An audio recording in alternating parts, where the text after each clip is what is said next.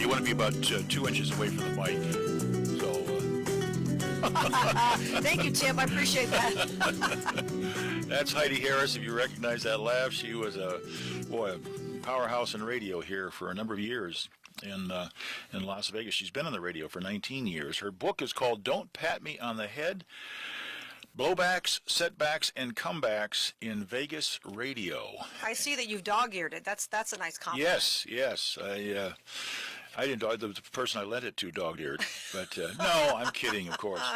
But I love this part about reasons I should have a talk show. I want to get into that in just a minute. But you're going to be at our church tomorrow morning. I'm so excited. The Four Seasons Church. Yes, tomorrow I'm going to be speaking there, and Pastor Bill Walker has invited me, and I'm so honored and humbled to be able to have the chance to do that, to encourage people to stand up for what they actually believe. Right. So very exciting tomorrow. Yep.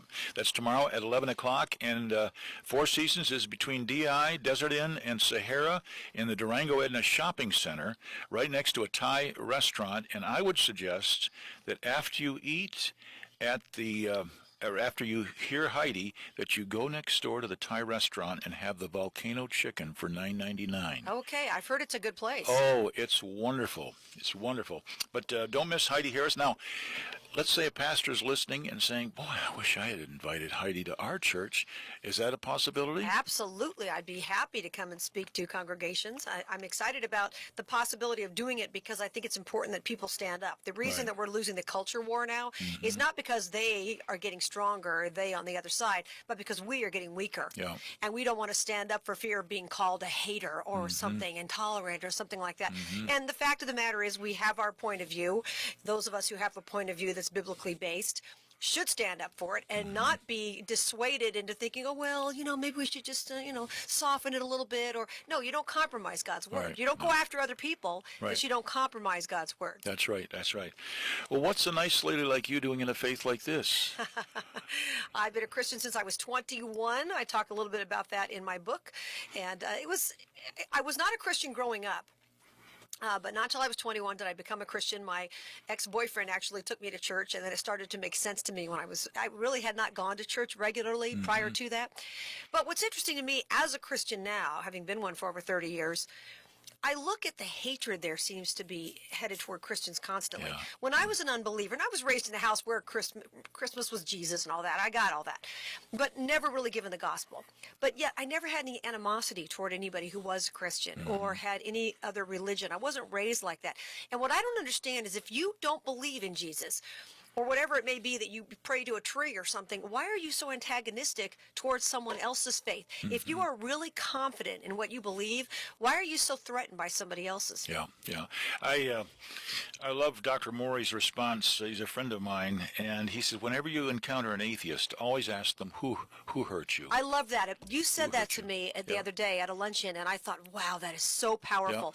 Because when you think about it, many people who reject God, especially in the case of women, and sometimes men too, have not had a decent father in their family. Right. And I never thought about it till you and I were talking, and I thought, that's a great question. What do people say to you when you tell them that?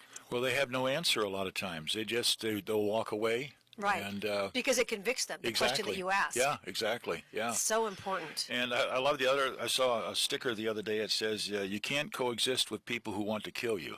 Isn't that true? I see these coexist stickers, and I'm thinking, like today there was somebody drove a delivery van into 23 people in Germany, 3 were killed, and 20 were injured, and they have no motive, there's no name, and can't wait to hear the name. Yeah, I mean, at what point do reporters say, let's be honest with people? Here in Surah 9:5 it says, slay the idolaters wherever you find them, Jews and Christians, several times in the Quran and the Hadith. At what point do we say these aren't terrorists, these are Muslims who truly believe what they're reading in the Quran? Yeah. Will that ever happen? That's absolutely true. I don't think so, because they want to make all kinds of apologies, but only for Islam, not for Christians. It's so fascinating how that works. Right. And they hate it whenever there's another mass shooting and they can't prove it's the white Christian guy who did it. Oh, you can hear it audibly. Oh, really? Yeah. They don't want that. Well, and our friends in the homosexual community who don't speak out against Islam. Right. They throw them off of buildings in Riyadh. I know. It's You know? crazy how they won't, and women, same with women. Exactly. They won't speak out. Yeah. And it's fascinating how they go after Christianity when Christianity is what freed women. When Jesus talked to the woman at the well, the Samaritan, that did not happen at that time culturally. No. For him to speak to her as an equal, and for Jesus' message and his resurrection to first go out to women, to be entrusted to women 1st. This didn't happen culturally. No, that's right. That's right.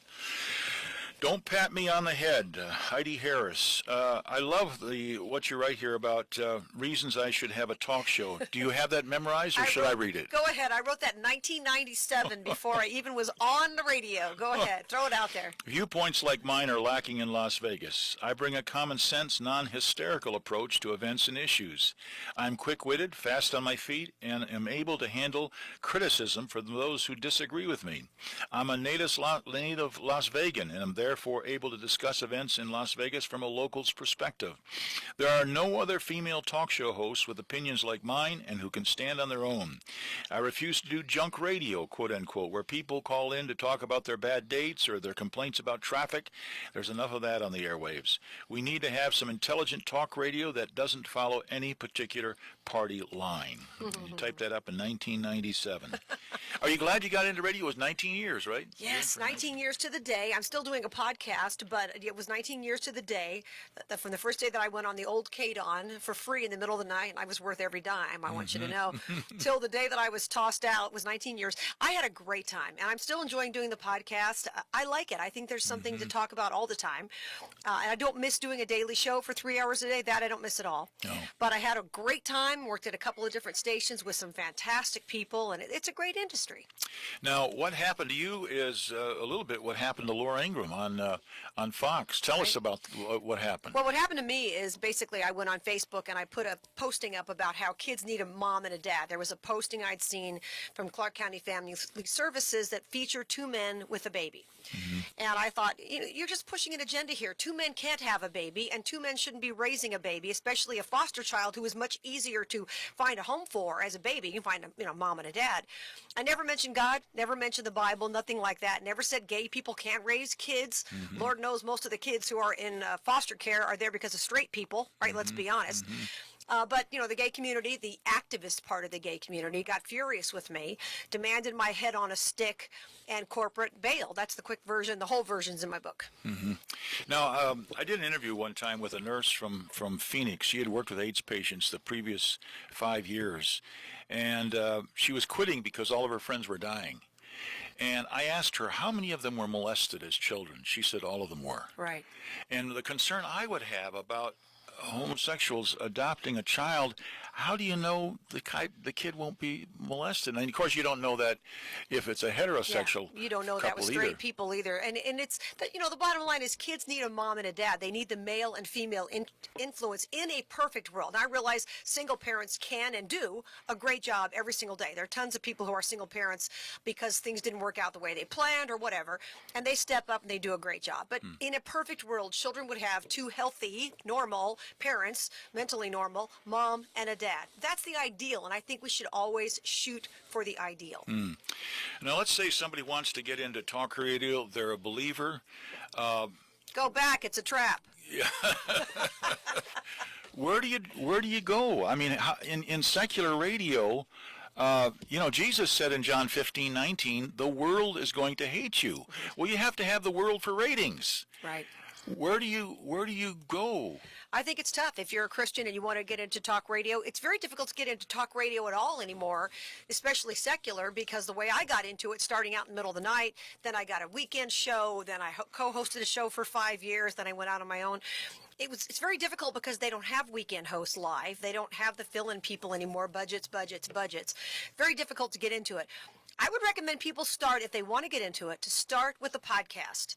Because if you can sit there and do a podcast without a guest, without callers, not relying on those things, and do it well, then maybe you can attract the attention of some radio executive. But I think I would start out that way. In other words, can you do 5 minutes on this phone in front of us? I would want a host to do that. If I were auditioning hosts, I would want you to sit there for an hour and talk without callers, without any kind of guest, just to see if you could do it. Now, I wouldn't advise anybody do a long podcasts, 15 minutes, 20 minutes max is probably the norm, and that's what people have the attention span for. But I would start by doing that. Just do little monologues in your computer, record them in your computer, and see how it sounds, that kind of thing. Maybe interview some people just to see how it works.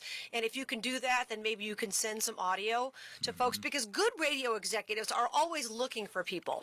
But as a Christian, social conservatism, even among the right-wingers, is really disappearing quickly. And so you're going to tick people off. Yeah, wow. Now, you had some good tips on what to do when you're applying for a job. A lot of people are applying for jobs today, and I thought you handled it really well.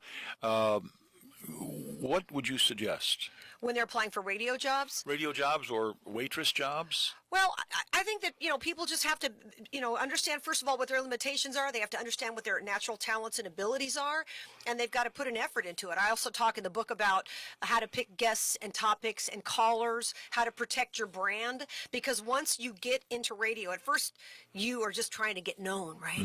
Only because of the ratings. And then you get known, and even if you don't see yourself differently, other people do, and then you have to protect your brand. It's almost like you're a Hollywood actor who suddenly gets a great movie role. Now everybody comes at you with all kinds of things that could potentially destroy your brand. So I talk a little bit about that and that kind of thing. And the book hopefully encourages people. I hope that's what you took away from it, to be able to withstand the setbacks that everybody goes through.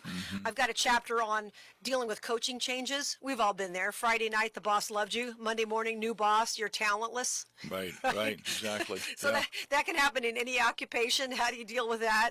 People who will try to make you be somebody you're not. When you're in talk radio, all you can be is yourself. That doesn't mean you can't be coached. Of course you can. You should always be coached, coachable. But if you have a boss who wants you to be somebody different than you are, you just can't be. I talk about a boss that I had who said, well, we want a show that appeals to everyone. And I slid something across his desk. I think it was a paperweight. And I said, see this? This isn't designed for everybody. Nothing is designed for everybody. No. You can't possibly make everybody happy. No. So you'll have a lot of that in your ear when you're in radio, different coaches telling you different things. So you have to be able to be very clear on, okay, this is something that's going to help me. This is a coachable moment here, but wait a minute, I can't be somebody I'm not. Right. What about screeners? When you have screeners that are handling the calls that call in, what would you look for? What would you say, okay, we don't want to deal with that? Well, you mean as far as hiring a screener? Or I would want to hire somebody who understood talk radio, who would have no problem being bold. I don't want screeners that hang up on people or are rude to people ever. Some national hosts are a little bit different as far as their screeners. If you don't want me to take the call, just put them on hold, and you can put a thing in my screen that says don't take this call. So we would do that. You want to be nice to people. You want to be very quick, be able to ascertain whether they're going to be a good caller or not. You want to make sure it's not the same people calling all the time. You don't want that. You don't want people coming on the air who want to give a speech. If I'm interviewing the sheriff or something, I don't want you coming on and giving a speech. Give me a who, what, where, when, and why question, but don't give me a speech. Those kind of things you want to screen out. You mentioned the sheriff. A lot of people had questions about the massacre on October 1st. You discuss it in one of the chapters in your book. Your thoughts on that? Well, listen, I know there are a lot of people who have a lot of crazy theories about what happened October 1st. As far as I know, and all the cops I've talked to, it is what it appears to be. Stephen Paddock is the crazy guy who did all the shooting. If that's not true, and listen, I'm listening. If you've got proof of some other kind, I am listening. Do I think government lies to us on occasion? Sure, I know they do. I mean, think of TWA 800. That was shot down by a missile, clearly. People lied about it. Government covered it up for whatever reason. So it's not that I believe everything government tells me, but I have not seen enough evidence to prove the fact that somebody says, well, I heard, and I'm sure you would do the same thing. If I saw one more person put on Facebook, well, I know a guy who works at Mandalay, and he said, right, that whole deal. So my attitude is, if you don't have proof to the contrary, you give the sheriff the benefit of the doubt. Who should read your book? I think anybody who's interested in radio should read my book, even if you don't like me. I think you'll find a lot of useful tips in it, like I mentioned about picking topics and guests and callers and things like that. I think it'll be interesting. A lot of the different jobs that I did prior to getting into radio that all helped me once I became a radio host to be able to do the job, because when you get on the air and you're coming at it from a perspective of, hey, I worked in a casino, I work for tips, I know how to do this kind of thing. This is a Vegas situation, Vegas experience. So I think people will be interested. I think I've got a chapter in there on Kathy Griffin and her whining about free speech and how free speech can get expensive. For people who don't remember, Kathy Griffin was? She's the one who's the comedian who did the Trump head that got her in a lot of trouble. And I talk in the book about how you handle things from a faith perspective when you're in that business, because you could be gone tomorrow. You can never put your trust in anything that can be taken from you, any job title, anything like that. Too many people do. She did, and that's why she was falling apart when she thought her career was over. Well, even if you think your career's over, God still got you if you're a person of faith. And in her case, I guess she wasn't. Yeah. Now, there are a lot of women out there that are listening that might be waitresses, or they have sons or daughters, rather, that are waitresses. How do you handle guys that are very pushy and want to mess around with you? Well, I have another book called Cocktail Waitress Wisdom, and I talk a little bit. I wrote that a few years back. I talk about that. I got to be honest, Tim, I'm seeing women who are just wusses anymore. This Me Too thing, unless somebody's saying sleep with me or you're going to be fired, I think you can handle anything else. And I've handled plenty of situations when I worked in the casino. Just, you can either verbally handle it with the guy, take him aside and go, hey, cut it out. I'm drawing the line here. But I think when women just back up like they're 8-year-old kids and they wuss out, I think that just makes it worse, because when you think about sexual harassment, it really is just an adult form of bullying. And your daddy, and I have a chapter in my first book about this called Your Daddy Can't Go to Work With You. Handle it yourself. If you're a woman, you're going to be in a man's world, even if you're not in a male-dominated industry like radio, any kind of industry, you got to handle it yourself. You have to. Or you're not going to be able to be an adult. You want to run the country, you want to be president, you want to be an astronaut, you can't handle it when a guy tells you to turn around or your dress isn't tight enough. Really? Let's say you get home and you get a call from Steve Wynn, and Steve says, Heidi Harris, give me some advice. What should I say? Oh, what should I do? My future, what do I do? Where do I go? I do a lot of apologizing. That's what I would do. I mean, apparently, from what I've heard, and I don't know. But you have a friend at Mandalay Bay. Well, yeah, I got a friend in Mandalay who's helping bring the luggage up. And, apparently these stories have been rampant for a lot of years. And the most vindicated guy in the world is John L. Smith, right? Because Steve Wynn caused him a lot of financial pain when he wrote about him in his book years ago. And so, I think that all executives need to just not be arrogant and let this thing go to their head and start hitting on the women who are terrified. Because if they find some woman who's a single mom, got a couple of kids, they're all depending on her, she's terrified to lose her job. And those are the kind of women they generally will pick on, according to reports. And so it makes it very difficult. Yeah. Well, looking back on your career, who were some of the top people that you interviewed that you walked away and you thought, boy, I didn't think they would be that good? I really enjoyed blank. Well, Donald Trump was always nice to interview. I interviewed him prior to becoming president, and I interviewed him on Election Day. And I found him to be very nice. And I wasn't sure the first time I interviewed him how he'd be, because I thought, oh, he's going to be a pompous, whatever. And he was actually very, very nice. And I've interviewed everybody from drone protesters to, Madeleine Albright, to all kinds of people from all over the spectrum. One thing I've learned about interviewing is, and I have a chapter in the book about interviewing, you're not going to have some beam of light that's going to hit you in the studio and say, oh, Tim's right. It's not going to happen. But you can have a conversation with people that can be very productive and very intelligent without trying to beat somebody up. And I'm a big believer personally in asking them philosophical questions. For example, I once had a gay activist woman from the center downtown on my show, and I asked her, I said, well, is it okay as a parent, if I teach my child that homosexuality is wrong? And she just looked at me. And I said, is it? And she said, well, you ask tough questions. See, that's not a tough question, Tim. Yes or no, sister? Yes or no? Am I allowed to as a parent? But she wouldn't answer it. That spoke volumes. I don't need to beat her up. You're not answering the question. I don't need to say anything. She's just revealed who she really is. And if you ask these politicians, oh, isn't it true, Senator, that on this date, oh, please, they're ready for that. But if you ask them to actually think, you'll get more out of them, whoever you're speaking to. Let's say you're Melania Trump. By the way, do you think, be honest with me now, do you think that Melania Trump is more attractive than Barbara Bush?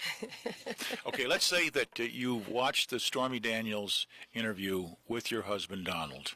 You're Melania Trump. What do you say to him? I would say if you married Donald Trump, you knew what you were getting.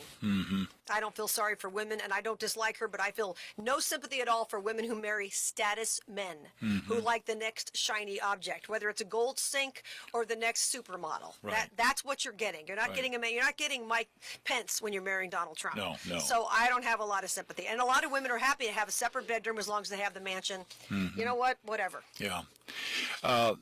If you had a one-on-one with Donald Trump now, off the mic, what advice would you give him? I would want to know, I would ask him first what he's learned. What surprised him most about being president? Because that's always fascinating. I think that I'm sure, like every president, is much more surprised at how complicated the world events are than maybe he viewed them to begin with. I would ask him that, and I would give him advice to be able to steer things correctly, listen to the advisors around him as carefully as he can and not be so quick to dismiss them, listen to the people who've been around, whether it's Mattis or the other folks. I think that's a very smart move for him, because to continue to tweet these things that sound outrageous, make some of his supporters thrill, but are just a little bit outrageous, I don't think that's the right way to go. No, and I'm sure he's been told about the tweets and just... Well, I like the fact that he does it, because he is circumventing the media, which is great. Right. They can't edit him, which I think is great. But when you're talking about major policy things, you simply can't be just tweeting things out in the middle of the night and changing a policy or talking about a policy that you really realistically, legislatively have no ability to change. Yeah. Well, we've never had a president like him. It's just amazing. I'm so impressed with Mike Pence. I mean, I see him back there, and I'm thinking if anything ever happens to Donald, and I'm sure our liberal friends are really concerned because. Go ahead, impeach him. I'm begging you. I'm begging you. We got Mike Pence, and that's the thing. Mike Pence would never have had a shot of getting anywhere near the White House had Trump not been the guy, and that is such an important thing. Yeah.